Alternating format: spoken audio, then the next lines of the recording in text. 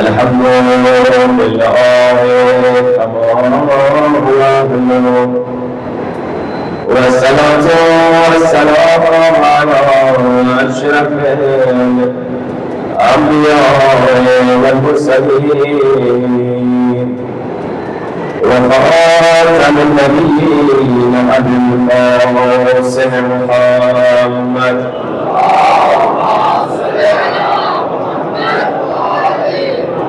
الطيبين الطاهرين المعصومين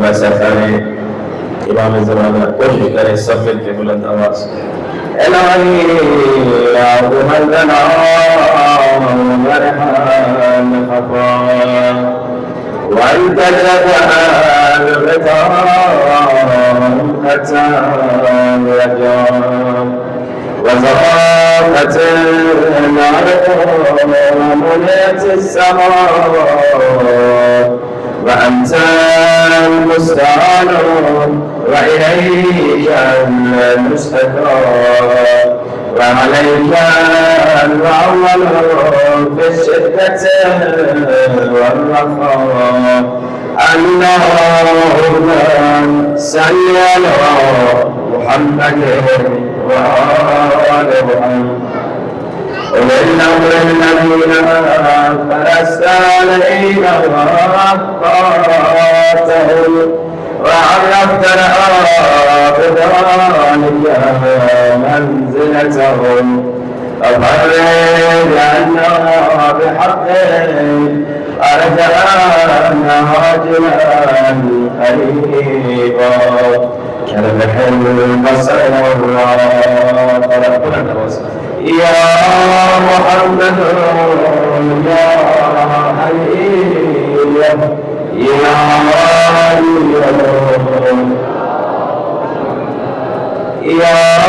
محمد يا حبيب يا اكفياني فإنكما كافيان وانصراني فإنكما ناصران يا مولانا يا صاحب الزمان الغاص الغاص أدركني أدركني الساعة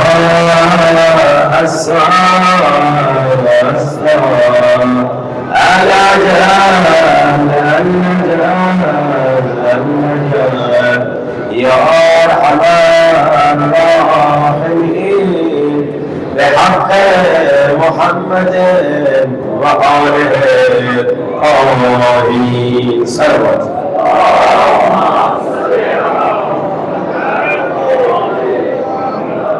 أما بعد فقد قال الله تبارك وتعالى في كتابه المجيد بسم الله الرحمن الرحيم وكل شيء أحصيناه في إمام مبين وانتهي صلوات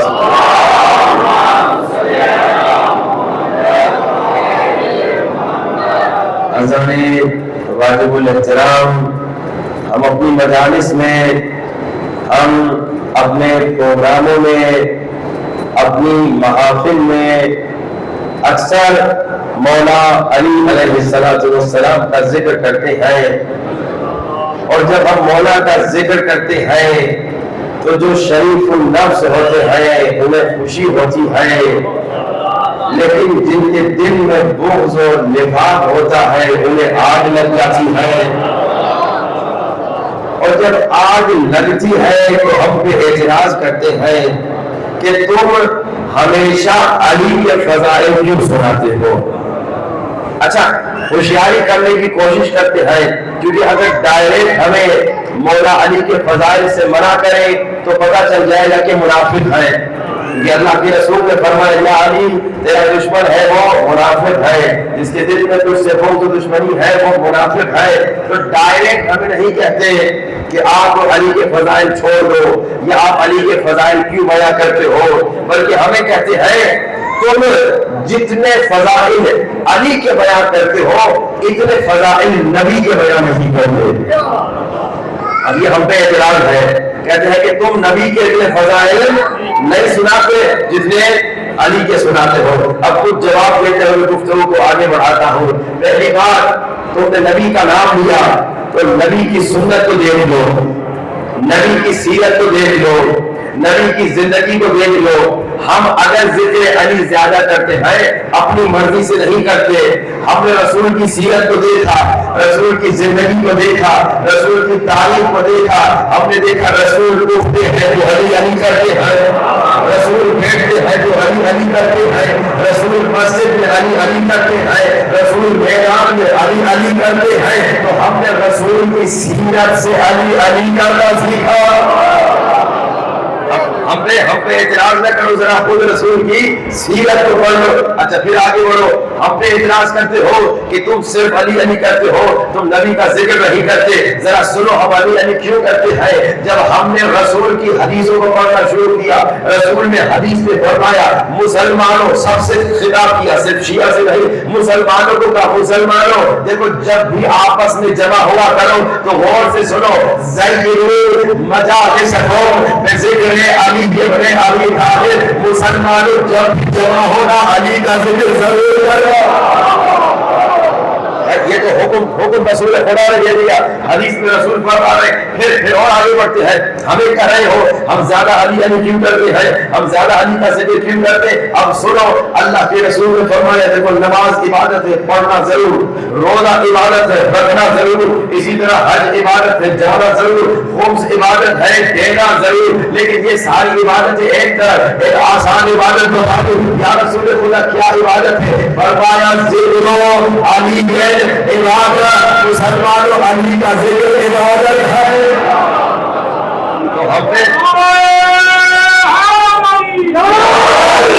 تو ہم پہ اعتراض نہ کرنا، ہم عبادت کر رہے ہیں، ہم سیرت نبی پہ عمل کر رہے ہیں، ہم حدیث نبی پہ عمل کر رہے ہیں، ہم عبادت کر رہے ہیں۔ اچھا اب وہ جو اعتراض کرتے ہیں کہ آپ نبی کے فضائل نہیں سناتے، آپ علی کے فضائل سناتے ہیں، ذرا ان کو ایک جملہ کہوں، آپ کا اعتراض جانتے ہو کیوں ہے؟ کیونکہ آپ نے نہ علی کو پہچانا نہ نبی کو پہچانا۔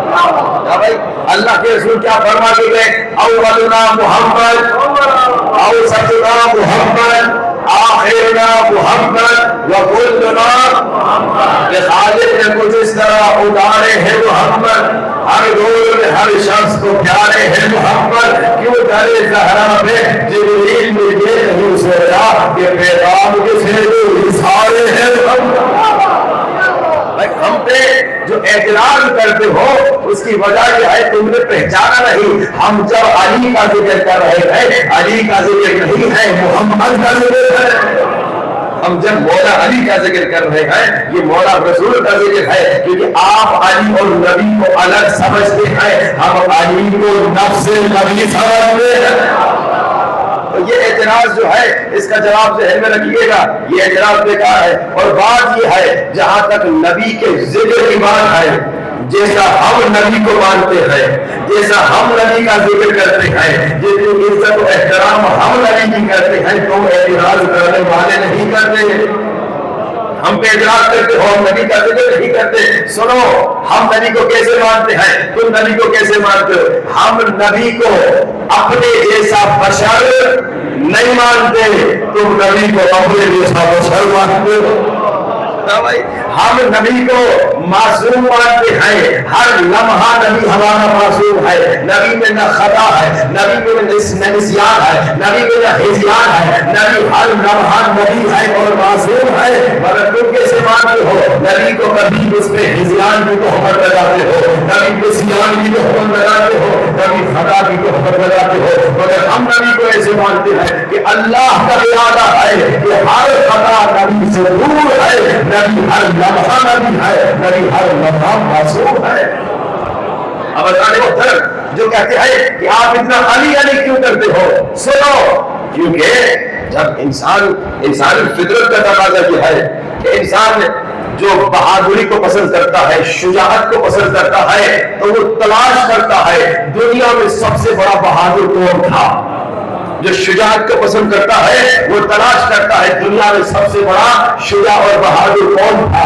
تو جب شجاع اور بہادر کا نام تلاش کرتے ہیں تو سب سے پہلا نام علی کا نظر آتا ہے۔ اب کوئی علم کو پسند کرتا ہے، کوئی عاشق علم ہے، علم کو تلاش کرتا ہے، سب سے بڑا عالم تلاش کرتا ہے، تو رسول کی حدیث ملتی ہے انا مدینۃ العلم وعلی بابها، میں علم کا شہر ہوں، علی اس کا دروازہ۔ اور یاد رکھو اس شہر کی چھتیں بھی نہیں ہیں، کھڑکیاں بھی نہیں ہیں۔ دیکھیے علم مولا علی کے متعلق میں نے آپ کی خدمت میں ایک آیت پیش کی کہ خالق فرماتا ہے لوگوں یاد رکھو اگر حقیقت میں طالب علم ہو، اگر حقیقت میں علم چاہتے ہو، اب چاہے دنیا کا علم ہو، آخرت کا علم ہو، دین کا علم ہو، چاند ستاروں کا علم ہو، سائنس کا علم ہو، جو بھی علم چاہتے ہو، اللہ فرما رہے ہیں وَكُلَّ شَيْءٍ أَحْصَيْنَاهُ فِي إِمَامٍ مبین، کہ مسلمانوں، انسانوں، اگر حقیقت میں طالب علم ہو تو بھٹکنا نہیں، ادھر ادھر عاقبت گری کے لیے علی کا در ہی کافی ہے رہنمائی کے لیے۔ اگر علم چاہتے ہو تو علی کے در پہ آنا، علی کے در پہ آنا۔ اب سارے محترم بس تاریخ اٹھا کے دیکھ لیجیے، تاریخ گواہ ہے، آج تک کتابوں میں موجود ہے کہ جب رسول خدا کے بعد جب بھی کسی کو کوئی سوال ہوتا تھا مدینے میں، تو جو نئے نئے لوگ تھے، پرانے لوگوں کو تو معلوم تھا کہ کہاں جانا ہے، علی کے در پہ جانا ہے، لیکن جو نئے نئے لوگ مدینے میں آتے تھے، سوال لے کر آتے تھے، مسئلہ لے کر آتے تھے، پہلے غلط ایڈریس پہ ضرور جاتے تھے لیکن آخر میں در علی پہ ضرور آتے تھے۔ اچھا اب آئیے گفتگو کو کھولے، بڑے کمال کی گفتگو ہے۔ اب ہوتا یہ ہے کہ بھائی ہمارا دنیا کا عالم یہ ہے کہ اگر ہم سے کوئی سوال پوچھے، ہاں بھائی بچے سے سوال پوچھ لے بیٹا نام کیا ہے، فوراً جواب دے گا، نام تو ہر ایک کو پتا ہے۔ ابھی بیٹا بھائی کا نام کیا ہے، فوراً جواب دے گا۔ بیٹا کون سے اسکول میں ہو، فوراً جواب دے گا۔ کون سی کلاس میں ہو، فوراً جواب دے گا۔ اب کچھ سوال ہے بچے سے پوچھو فوراً جواب دے گا، لیکن اب اس بچے سے پوچھو نماز مغرب 3 رکعت ہے، اس میں مجھے شک ہو گیا کہ میں نے 3 رکعت پڑھی ہے یا 4 رکعت پڑھی ہے، اب میری نماز کا کیا ہوگا؟ اب بچہ چپ ہو جائے گا، بچہ نہیں بولے گا، بچہ چپ ہو جائے گا، کہے گا بابا سے پوچھ کے آتا ہوں۔ بابا سے پوچھو تو اسے بھی پتا نہیں ہوگا، بابا کہے گا مولوی صاحب سے پوچھ کے آتا ہوں۔ اچھا یہ جو بچہ عالم دین کے پاس، بڑے کے پاس آتا ہے، ایک عالم دین ہے، مولوی ہے، مولانا ہے، بہت پڑھا لکھا، بہت بڑا عالم، 10 سوال آپ نے پوچھے فوراً جواب دیا، 100 سوال آپ نے پوچھے فوراً جواب دیا، لیکن ایک نیا سوال آ گیا، کیا کہے گا؟ سوچ کے بتاتا ہوں، دیکھ کے بتاتا ہوں، ریچیک کر کے بتاتا ہوں، مشورہ کر کے بتاتا ہوں۔ اچھا ڈاکٹر بھی، بڑے سے بڑا ڈاکٹر، مریض آتا ہے، ڈاکٹر دیکھ کے ہی بتاتا ہے فلاں بیماری ہے، لیکن اس ڈاکٹر کے پاس بھی کبھی نہ کبھی ایسا مریض آتا ہے، ڈاکٹر کہتا ہے بلڈ ٹیسٹ کروا کے آؤ پھر بتاتا ہوں، الٹرا ساؤنڈ کروا کے آؤ پھر بتاتا ہوں، مشورہ کر کے آؤ پھر بتاتا ہوں، ڈاکٹر سے مشورہ کر کے، دوسرے اپنے سے بڑے ڈاکٹر سے مشورہ کر کے پھر بتاتا۔ پر دنیا کا عالم یہ ہے جب کسی سے کوئی سوال پوچھو، بڑے سے بڑا عالم ہو، بڑے سے بڑا ڈاکٹر ہو، بڑے سے بڑا انجینئر ہو، اپنے فیلڈ میں جتنا بھی ماہر ہو، کہیں نہ کہیں وہ رک جاتا ہے اور کہتا ہے پوچھ کر بتاتا ہوں، دیکھ کر بتاتا ہوں، مشورہ کر کے بتاتا ہوں۔ مگر تاریخ اٹھا کے دیکھ لیجیے، کبھی کہیں ایسا نظر نہیں آیا کہ میرے مولا علی سے کسی نے سوال پوچھا ہو اور مولا نے کہا ہو میرے دین سے دور یہ بتایا ہو۔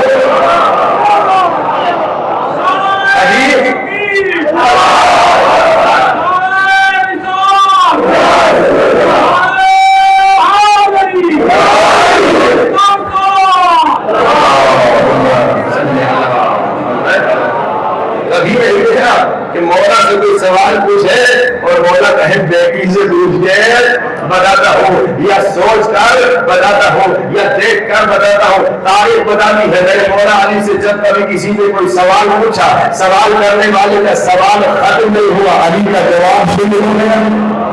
بلکہ تاریخ یہ ملتا ہے کہ لوگ سوال کرنے آتے تھے, مولا علی ہمارا یہ سوال ہے, ہم سوال پوچھیں گے, آپ سوال سنیں گے, پھر آپ جواب دیں گے, اگر جواب ٹھیک تھا تو ہم مسلمان ہو جائیں گے. مولا علی مسکرا کے کہتے ہیں سوال بھی خود پوچھیں گے, علی بتا دیں سوال کیا ہے. اچھا, اب یہ علم مولا علی کا عالم تھا کہ میرے مولا علی کے پاس جب بھی کوئی سوال پوچھنے آتا تھا مولا فوراً جواب دیتے تھے. یہ نہیں کہتے تھے پوچھ کے بتاتا ہوں, دیکھ کے بتاتا ہوں, سوچ کے بتاتا ہوں. اب ابھی آپ نے سنا بعض لوگ نبی کو اپنے جیسا سمجھتے ہیں اور علی مولا کو بھی اپنے جیسا سمجھتے ہیں. اس زمانے میں بھی آج بھی ایسے لوگ ہیں جو کہتے ہیں نبی ہم جیسا بشر, علی ہم جیسے بشر. کسی نے آ کے میرے مولا علی سے پوچھا یا علی ہم بھی بشر آپ بھی بشر. ظاہری بشری لباس تو نبی اور امام کا بھی ہمارا لباس ہے, یعنی ظاہری شکل و صورت ہماری طرح ہے. تو مولا نے فرمایا دیکھو فرق نہیں پڑا, تم ہو خاکی بشر, ہم ہیں نوری بشر. بشریت میں تم ایسے تھے جیسے نبی ہے, لیکن کسی شخص نے جس نے میرے مولا علی کو اپنے جیسا سمجھا کہ بھائی ہم سے تو کوئی سوال پوچھتا ہے تو ہمیں تو جواب ہی نہیں آتا. اب مولا علی کو بھی اپنے جیسا سمجھا, آگے مشورہ دے دیا. آگے یا علی ایک مشورہ دینا چاہتے ہیں. ہاں جی کیا مشورہ؟ یا علی جب آپ سے کوئی سوال پوچھتا ہے تو آپ تھوڑا سوچ لیا کریں, تھوڑا آپ ریڈ چیک کر لیا کریں, تھوڑا ویٹ کر لیا کریں, فوراً جواب نہ دے دیا کریں. اب کہتے ہیں کہ عقل مند کی نشانی یہ ہے کہ جب بات کرتا ہے سامنے والے کی عقل کے مطابق بات کرتا ہے. بچے سے بات کرو گے تو بچے والا جواب دو گے, پی ایچ ڈی ڈاکٹر سے بات کرو گے تو پی ایچ ڈی ڈاکٹر والا جواب دو گے. اب مولا علی نے سامنے والے کو دیکھ لیا, اس کی عقل کے مطابق اس سے سوال پوچھ لیا, کہا تو مجھے مشورہ دینے آیا ہے کہ جواب دینے سے پہلے صبر کرو, سوچو, دیکھو, پوچھو, مشورہ کرو. اب میں تم سے سوال پوچھتا ہوں, تمہارے ایک ہاتھ میں کتنی انگلیاں ہیں؟ اس نے گنا نہیں, 1 2 3 4 5, اس نے دیکھا نہیں, اس نے چیک نہیں کیا. یہاں مولا نے پوچھا تمہارے ایک ہاتھ میں کتنی انگلیاں ہیں؟ وہاں اس نے فوراً کہا یا علی 5 انگلیاں ہیں. مولا نے کہا دیکھا کیوں نہیں, گنا کیوں نہیں, نیچے کیوں نہیں کیا؟ کہا یا علی ہمیشہ جو میری آنکھوں کے سامنے ہے تو دیکھنے کی کیا ضرورت, نیچے کرنے کی کیا ضرورت؟ میرے مولا علی نے فرمایا جیسے ہمیشہ تمہارا ہاتھ تمہاری آنکھوں کے سامنے ہے, جیسے پوری کائنات ہمیشہ علی کے سامنے ہے. جیسے یہ تمہارا ہاتھ تمہاری آنکھوں کے سامنے ہے ویسے پوری کائنات علی کے سامنے ہے. بس علم علی عزام محترم یہ وہ عظیم و شان نعمت ہے جو اللہ نے آپ کو عطا کیا ہے. شیعیان علی ابن ابی طالب کو یہ علم عطا کیا ہے. دیکھیے اگر علم نہ ہو انسان کے بعد انسان کتنا نقصان کر بیٹھتا ہے. اب دیکھیے بہت سارے ہمارے بھائی ہیں جن کو علم کے نہ ہونے کی وجہ سے آج صحیح راستہ نظر نہیں آیا. آسان مثال دوں, آپ کا علاقہ جھکڑ, ہاں جی یہ امام باڑہ کا مجھے نہیں معلوم کس محلے میں ہے, کسی محلے میں ہوگا, اس محلے کا بھی کوئی نام ہوگا. اب مجھے امام باڑہ کا بھی نام نہ معلوم ہو, محلے کا نام بھی نہ معلوم, یعنی علم نہ ہو کہ یہ امام باڑہ کہاں ہے, کس محلے میں ہے. اب میں جھکڑ آ بھی جاؤں, پورا گھنٹہ گھوموں گا, مگر امام باڑہ نہیں پہنچوں گا. علم نہ ہو تو ایک چھوٹا امام باڑہ انسان کو نہیں ملتا. تو جب علم نہ ہو تو پھر مولا علی کے گھر میں انسان کیسے آ سکتا ہے؟ یہ درد کو کب انسان آتا ہے؟ جب جہالت سے نکلتا ہے, جب علم کی طرف بڑھتا ہے. یہ جہالت بڑی خطرناک ہے. دشمن بیچارے مظلوم لوگوں کو جہالت میں رکھتا ہے. یہ ایک حقیقت ہے. جب فرعون نے چاہا خدائی کا اعلان کرے کہ میں خدا ہوں تو اس کے وزیر نے کہا اعلان نہ کرنا. کہا کیوں؟ کہا اگر اعلان کرو گے تو کوئی نہیں مانے گا. کہا تو کیا کروں, کیسے لوگ مجھے خدا مانے؟ کہا ایک ٹیکنیک سکھاتا ہوں. کہا کیا ٹیکنیک؟ کہا اسکول بند کر دو, کا درس کی جگہ بند کر دو, مدرسے بند کر دو, علم ختم کر دو, 1-2 نسل جاہل رکھو, تیسری نسل میں بولو کہ میں خدا, وہ کہے گی تو خدا. تیسری نظر میں بولنا خدا کھانا دیتا ہے، یہ کھانا تو میں کھانا دے رہا ہوں میں خدا۔ تیسری نظر میں بولنا خدا مارتا ہے، ایک کو مار دو بولو دیکھو میں نے مار دیا میں خدا۔ تیسری نظر میں بولنا بھائی خدا زندگی دیتا ہے، ایک جس پر قتل کرنا تھا سزا تھی موت کی اس کو معاف کر دو بولو میں اللہ ہوں، میں زندگی دے رہا ہوں، میں موت دے رہا ہوں، میں غذا دے رہا ہوں، میں کھانا دے رہا ہوں، سب مان لیں گے۔ لیکن کب؟ جب ایک دو نسلوں کو جہالت میں رکھو گے۔ آج ہمارے بیچارے اہل سنت کے بھائیوں پہ یہی ظلم ہو رہا ہے، انہیں جہالت میں رکھا جاتا ہے، انہیں کہا جاتا ہے چپ، اس کے بارے میں نہ سوچنا، اس کے بارے میں بات نہ کرنا۔ میں پیار اور محبت سے سوال پوچھتا ہوں، اے ہمارے سنی بھائی تم ہماری جان ہو، ہمیں تم سے محبت ہے، تم ہمارے جان اور محبت ہے، لیکن ایک سوال، تمہارے پہلے خلیفے سے اگر کوئی جنگ کرنے آئے اس کے بارے میں کیا عقیدہ ہے تمہارا؟ کہتے ہیں کہ بھائی خلیفے کے خلاف اگر کوئی قیام کرے تو اس کا دین ہی خراب ہو جاتا ہے، ایسے ہی کہتے ہیں کہ بھائی تمہارے پہلے خلیفے سے اگر کوئی لڑنے آئے کہتے ہیں برا انسان، تمہارے دوسرے خلیفے سے اگر کوئی لڑنے آئے کہتے ہیں برا انسان، تمہارے تیسرے خلیفے سے اگر کوئی جنگ کرے کہتے ہیں برا انسان۔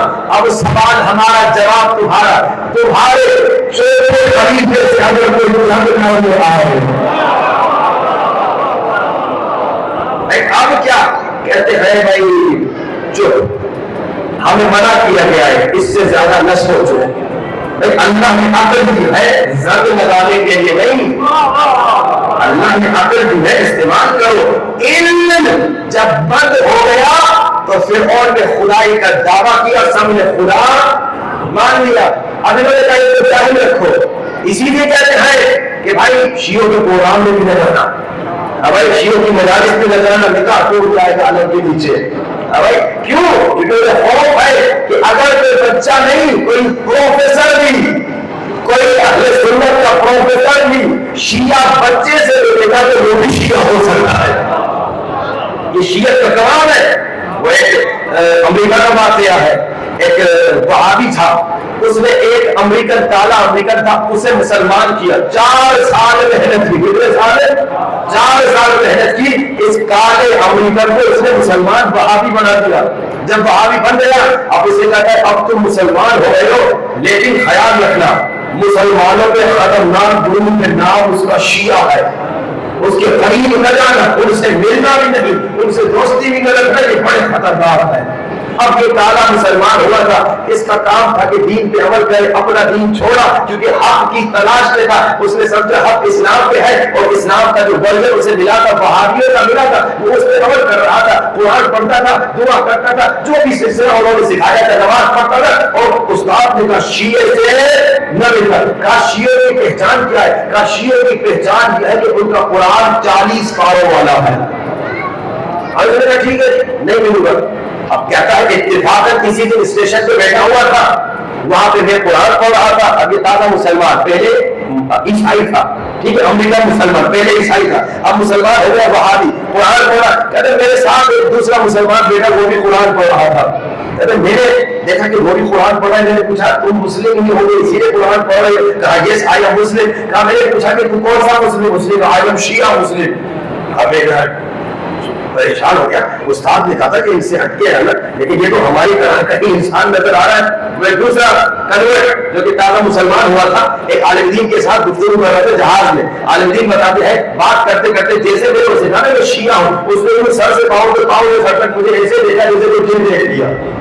اتنا ہمیں ڈرایا گیا کہ شیعوں سے دور رہنا، یہ پتا نہیں شیعہ کو خطرناک جن ہے، حالانکہ شیعوں سے زیادہ نرم دل کوئی ملتا نہیں۔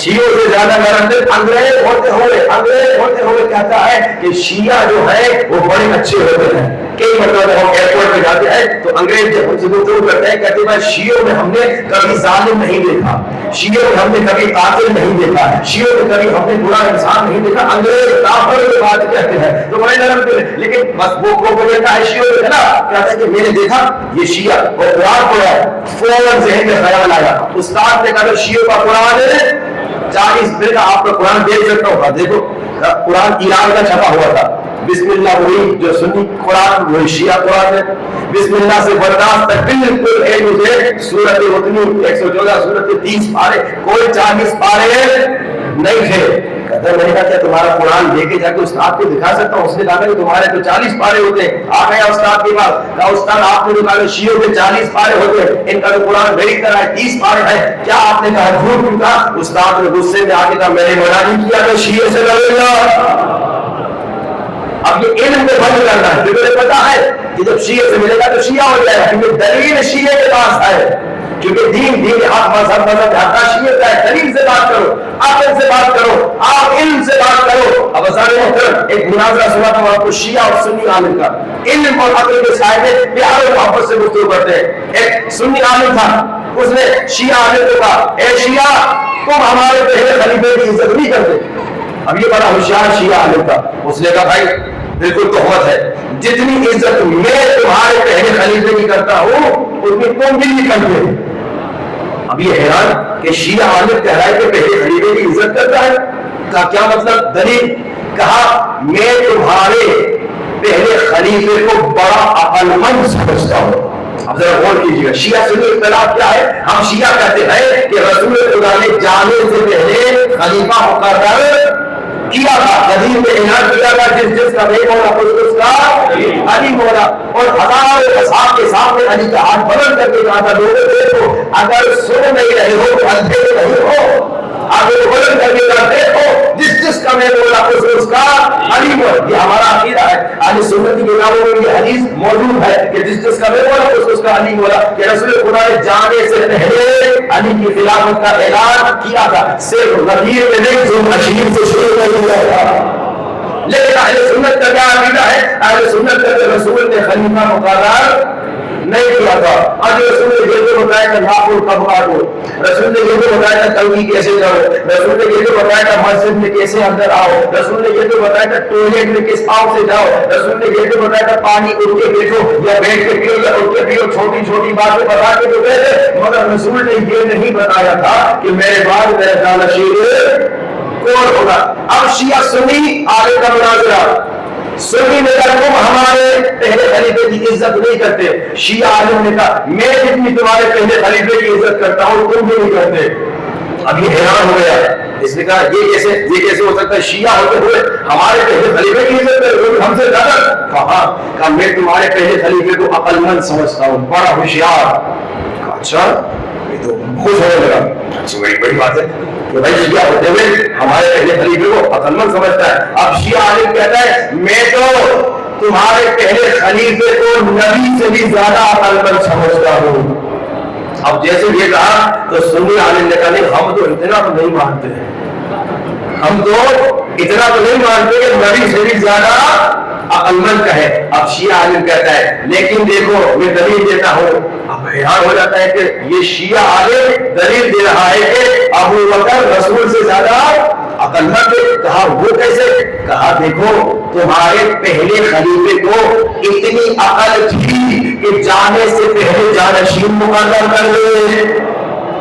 تمہارے پہلے خلیفے کو اتنی عقل تھی کہ جانے سے پہلے اپنے بعد کا جانشین مقرر کر دے, مگر تمہارے بقول نبی نے جانشین مقرر نہیں کیا. اب یہ پھنس گیا, نبی کو بچائے یا پہلے خلیفے کو بچائے. علم و عقل کے ساتھ انسان سوچے, علم حاصل کرو گے تو پتا چلے گا کہ حق کدھر ہے, لیکن جہالت میں رہو گے تو پھر اور کوئی خدا مانے.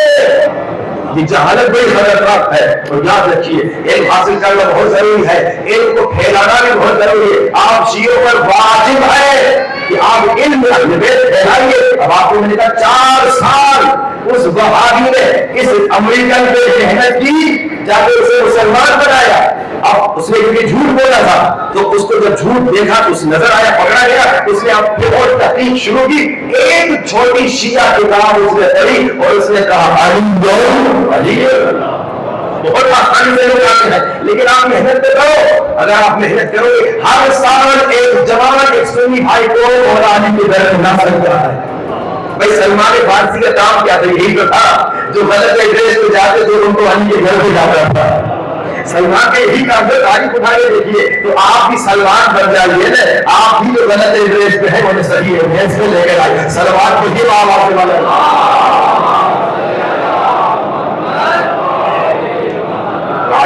ایک چیز یاد رکھیے، علی کا شیعہ علی کی عزت ہے، علی کا شیعہ علی کی زینت ہے. کبھی ایسا کام نہ کرنا کہ کوئی دیکھ کر کے ایسا علی کا شیعہ ایسا نہیں. ابھی میں لیکچر میں تھا پہلے اشرے میں، ایک کمال کا واقعہ وہ نے بتایا، میں حیران ہو گیا، دل ٹھنڈا ہو گیا، دل خوش ہو گیا. کہا کہ مولانا لیکچر میں خطرناک وہابی تھا، دشمن شیعہ کا، یعنی ہم نے موقع ملے تو قتل کر دیں، بڑا خطرناک.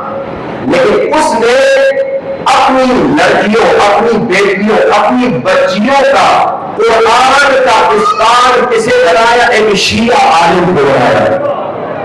میں نے کہا کیا مطلب؟ کوئی سنیوں میں قاری نہیں تھا اتنے اچھے قاری ہوتے ہیں، وہابیوں میں قاری نہیں تھا اتنے اچھے قاری ہوتے ہیں. جب وہ شیعوں کا دشمن تھا تو اس نے شیعہ عالم کو اپنی بچیوں کا استاد بھی بنایا.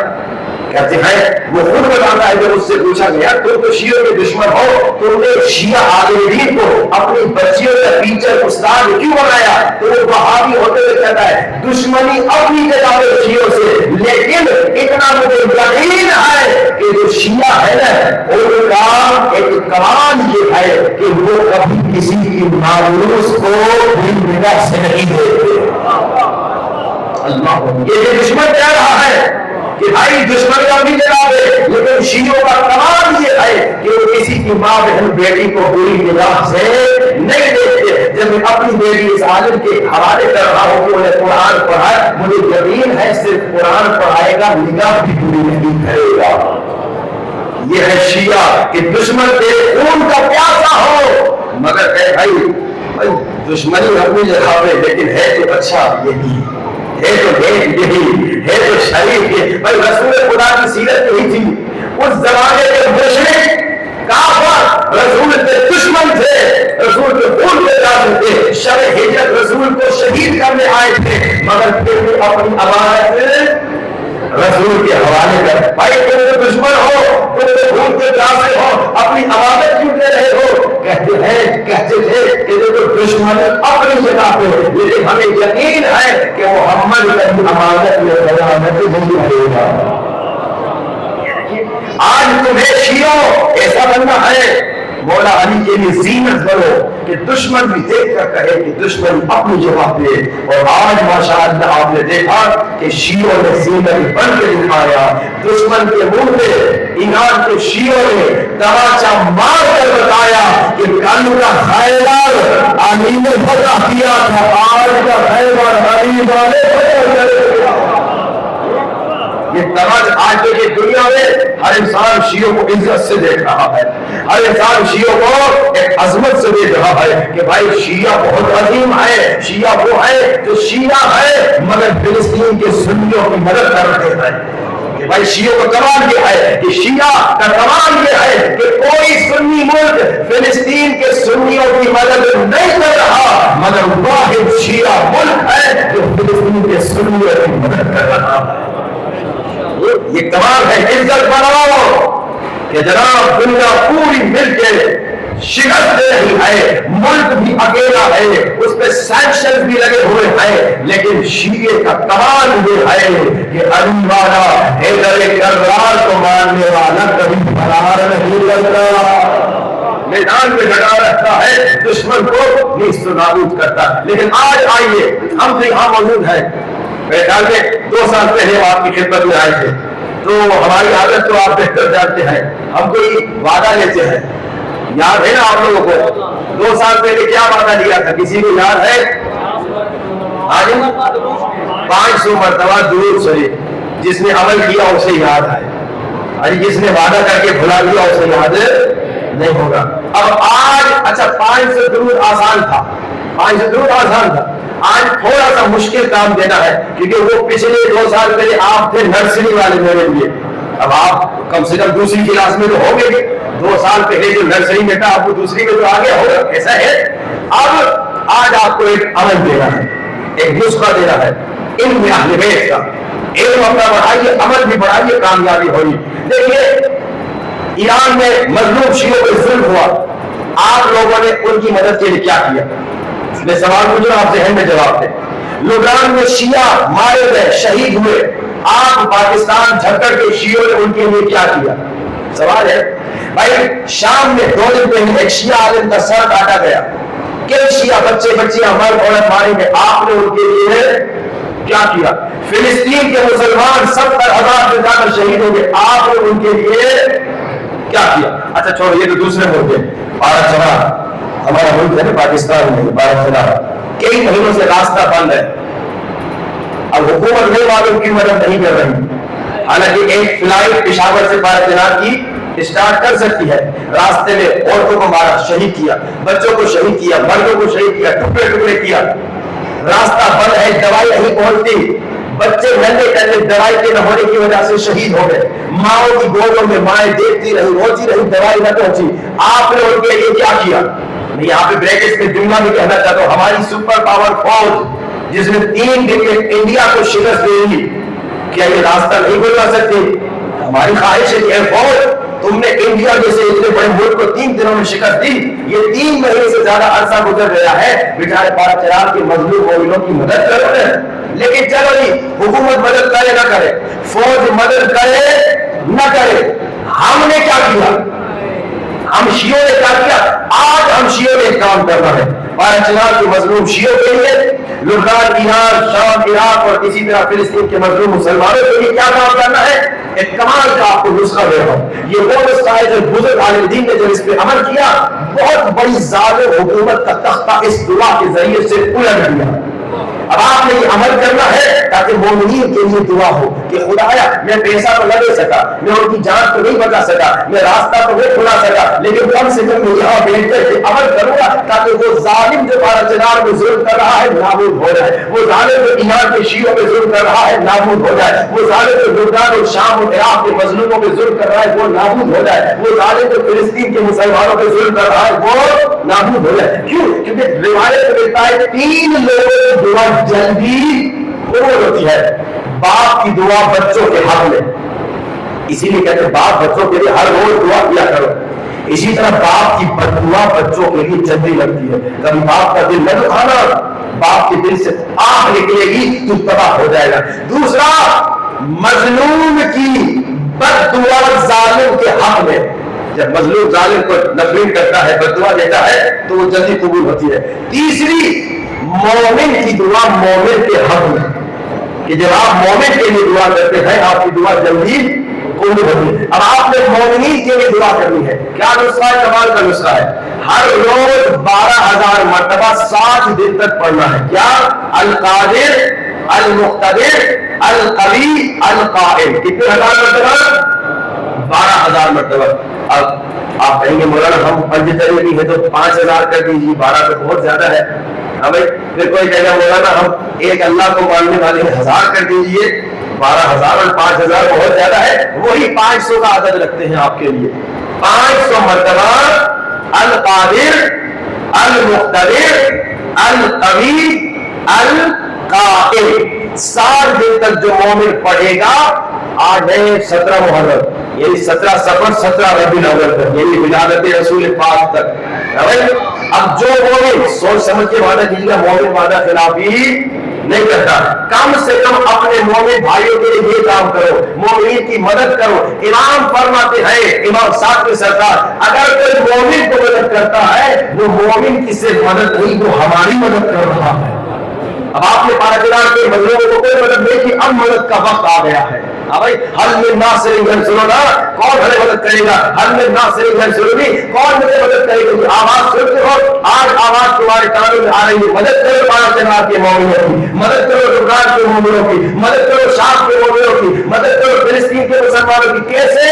گھر میں بیٹھے دن میں آدھا گھنٹہ لگتا ہے، کیا کرو؟ 500 مرتبہ پڑھو، القادر، المقتدر، القوی، القائم، اور تو خدایا وہ ظالم جو مومنین اور مسلمانوں پہ دنیا بھر میں ظلم کر رہا ہے اس سے نیز کو محفوظ کرنا، میرے طرف سے کم یہ چھوٹا سا عمل۔ اور جو مومن 60 دن تک ہر روز 500 مرتبہ اس پر عمل کرے گا، القادر، المقتدر، القوی، القائم، وہ ہاتھ اٹھانے والا کرے سوچ سمجھ کے۔ تعداد تو بہت کم ہے بھائی، جھکڑ والوں ہو کیا گیا ہے؟ بھائی مشکل کام ہے یہ، مجھے لگ رہا ہے کہ کوئی 10% سے زیادہ مجمع نہیں ہے۔ آپ ہمارے نزدیک بیٹھے ہیں، آپ زبردستی وعدہ لے رہا ہوں، لیکن وعدہ وہ پیچھے آپ آدمی اٹھائے، چلو جی لیکن جس نے ہاتھ اٹھایا اس نے وعدہ کیا 60 دن کا وعدہ ہے، اور امام کی محبت میں ہر منحصر کی صدا کو ڈبیٹ کرتے ہوئے ہر روز 500 مرتبہ القادر المقتدر القوی اور حل دیتا ہوتا احسان الا الاحسان۔ آج آپ مومن بھائی کی مدد کریں گے، کل جب آپ مشکل میں پڑیں گے تو پھر آپ کی کوئی نہ کوئی مدد کریں گا، اور اگر مومن بھائی کی مدد نہ کی، اگر مومنوں کے بارے میں آپ نے نہیں سوچا تو کل آپ بھی بڑی مشکلات کا شکار ہوں گے۔ آئیے بہت دیر ہو گئی، دعا کریں کہ خدایا ہمیں عمل جو ہم سن رہے ہیں مجالس میں اس پہ عمل کرنے کی توفیق نصیب فرما۔ خدایا جو علم اہل بیت مجلسوں سے مل رہا ہے اس پہ عمل کرنے کی توفیق نصیب فرما۔ آئیے اب گریہ کریں، گریہ آنسو، یہ گریہ ہر ایک کو نصیب نہیں ہوتا، یہ رونا ہر ایک کی بس کی بات نہیں ہے، یہ گریہ یہ آنسو صرف اسے ملتا ہے جس پہ اللہ کا خاص لطف و کرم ہوتا ہے۔ کیوں؟ کیونکہ آنسو اللہ کی نعمت ہے، آنسو اللہ کا تحفہ ہے، ہر ایک کو نصیب نہیں ہوتا، بس اس کو ملتا ہے جس کے دل میں عشق حسین بیٹھا ہوا۔ حقیقت ہے، میں اکثر دیکھتا ہوں مجالس میں لوگ رونے کی کوشش کرتے، آنسو نہیں آتے، کیوں؟ کہ دل میں کوئی خرابیاں ہے، یا پیسے کی محبت ہے یا دنیا کی محبت ہے، یہ دل صرف حسین کا ہے، اس میں کسی اور کو جگہ نہ دینا، اس کے دل میں بس حسین بیٹھ جائے، اسے مصائب میں رونے کے لیے مصائب سننے کی ضرورت نہیں ہے، وہ حسین کا نام رونا شروع کر دیتا ہے۔ حقیقت ہے، میں اکثر کہتا ہوں مصائب یہ یہودی ہوتا ہے، ہندو ہوتا ہے، مصائب سن کر عیسائی ہوتا ہے، تم بھی مصائب سن کے رو تو کیا فرق ہے تم اور اس ہندو میں؟ فرق یہ امام فرماتے ہیں چھٹے سرکار، لوگوں مومن کی نشانی ہے، شیعہ کی نشانی یہ ہے، ہمارے شیعہ کی نشانی یہ ہے کہ مومن کے سامنے صرف 3 مرتبہ حسین کا نام لیا جائے، اس کے برداشت نہیں ہوگا کر دے۔ یہ شیعہ کی نشانی ہے کہ 3 مرتبہ مولا کا نام لیا جائے رونا شروع ہو جاتا ہے۔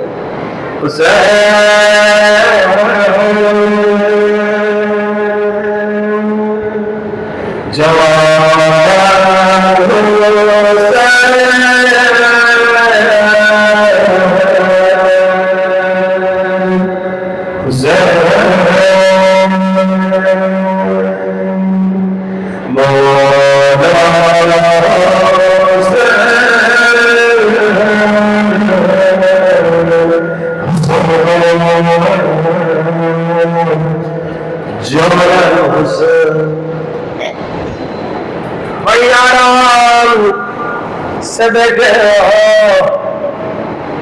نہ گرمی کا احساس ہے، نہ سردی کا احساس ہے، نہ 3 دن کے گزرتا سے بڑے آرام سے کرے نہ کوئی تمہیں تماچے مار رہا ہے،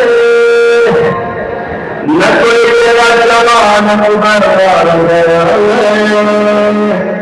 نہ کوئی تیرے اصغر کے گلے پہ تیر لگائے، نہ تیرے بابا کا تقاصر میں دل بھروائے، مگر سکینہ اکبر قدر مدینہ دیکھ رہی ہے اصغر کا تقاصر، دیکھ رہی ہے بابا کا سر میں اور رو رہی ہے میرے رجل کسی نے کام کیا، کسی نے سر پہ ہاتھ نہیں ہے، احتجاج میرے ہائے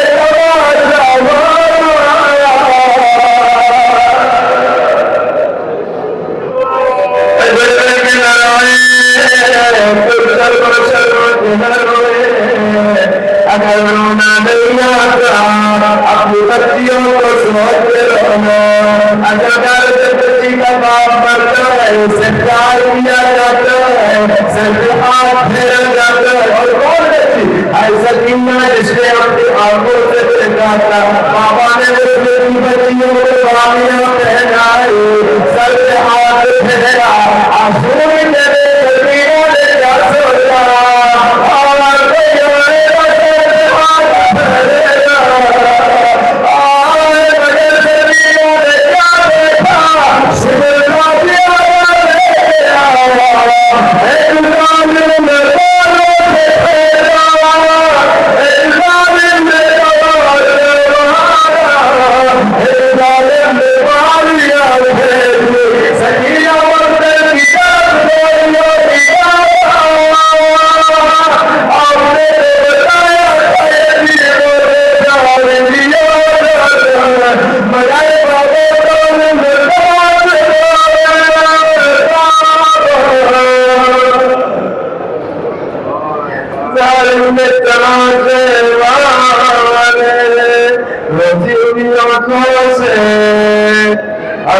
سروں سے بیان کرو امام زمانہ کو بلاؤ،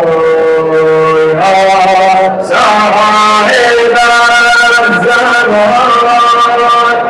مولا مولا جلدی سروں سے بیان صاحب زمان مولا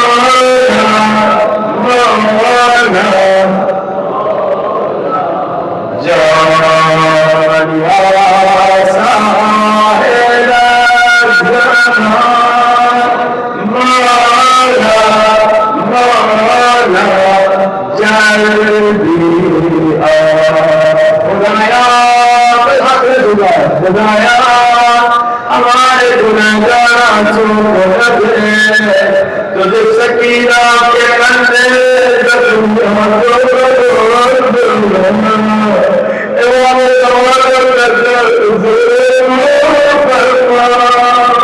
دل کی گہرائیوں سے بلند آواز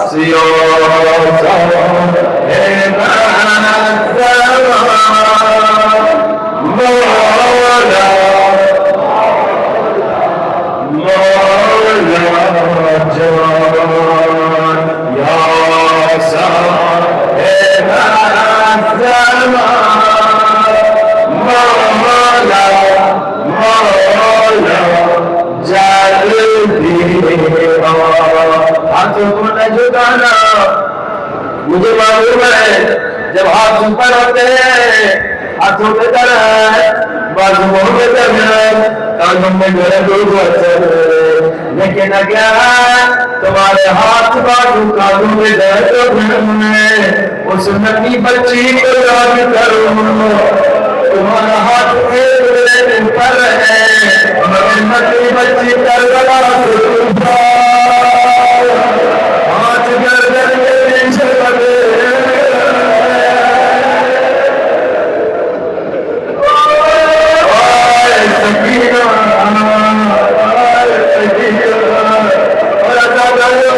جب سکینہ کے ہاتھ گردن کے پیچھے لگ رہے تھے ایک مرتبہ سکینہ سے اداکار جب تم زمین میں گرتے ہو ہاتھوں کے سہارے دل کو بچاتے ہو مگر سکینہ جوان کا درد پیچھے ہوتے ہیں سکینہ اپنا بھی کرا ماں کے سارے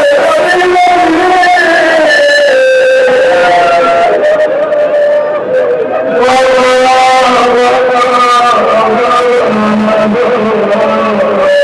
بابا جب زمین بری میرے ناچ بابا جب زمین بری زمین میں پتھر تھے بابا میرا ہول پھٹ گیا بابا میرا چہرہ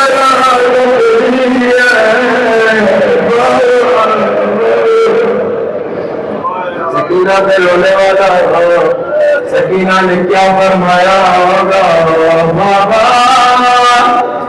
بابا جب ان سے لڑی لگی بابا کوئی مدد کر نہیں آیا مگر بابا ایک جانے بول گئے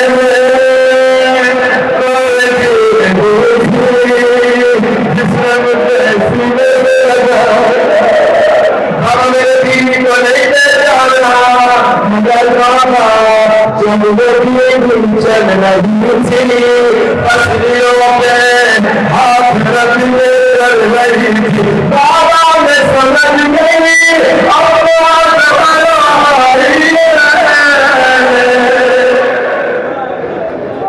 میں سمجھ گئی آواز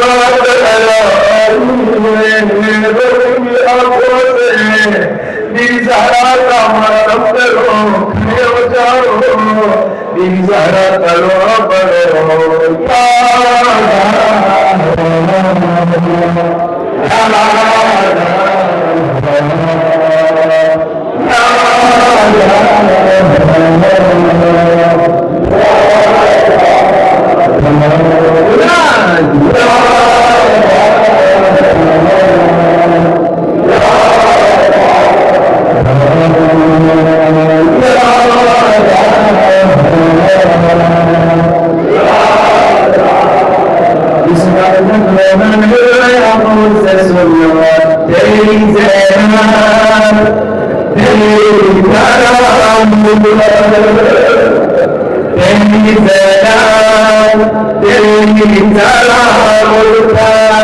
جس کی کربل میں چھپ گئی جس کی کربل میں چھپ گئی چادر اپنے بچوں پہ جو نہیں روئی علی اکبر پہ روئی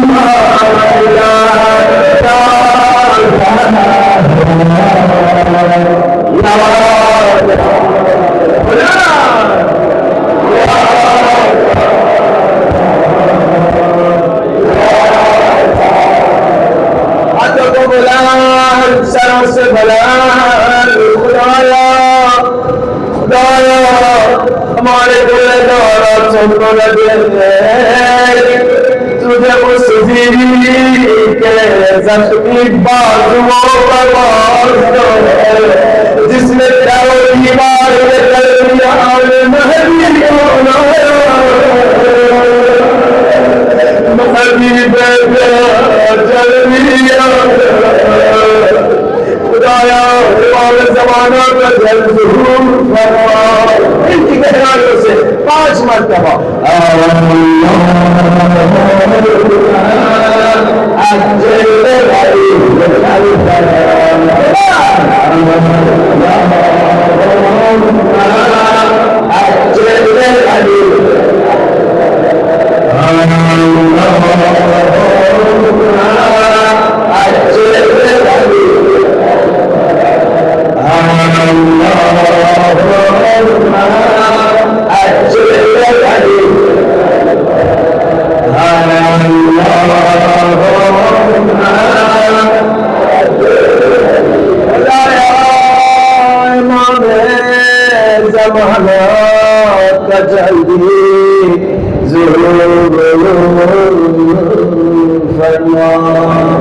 خدایا ہمیں زمانہ کی محبت مبت اطاعت زہرا نصیب فرما جو بیمار ہے اسے شفا نصیب فرما جو بے اولاد ہے اسے اولاد نصیب فرما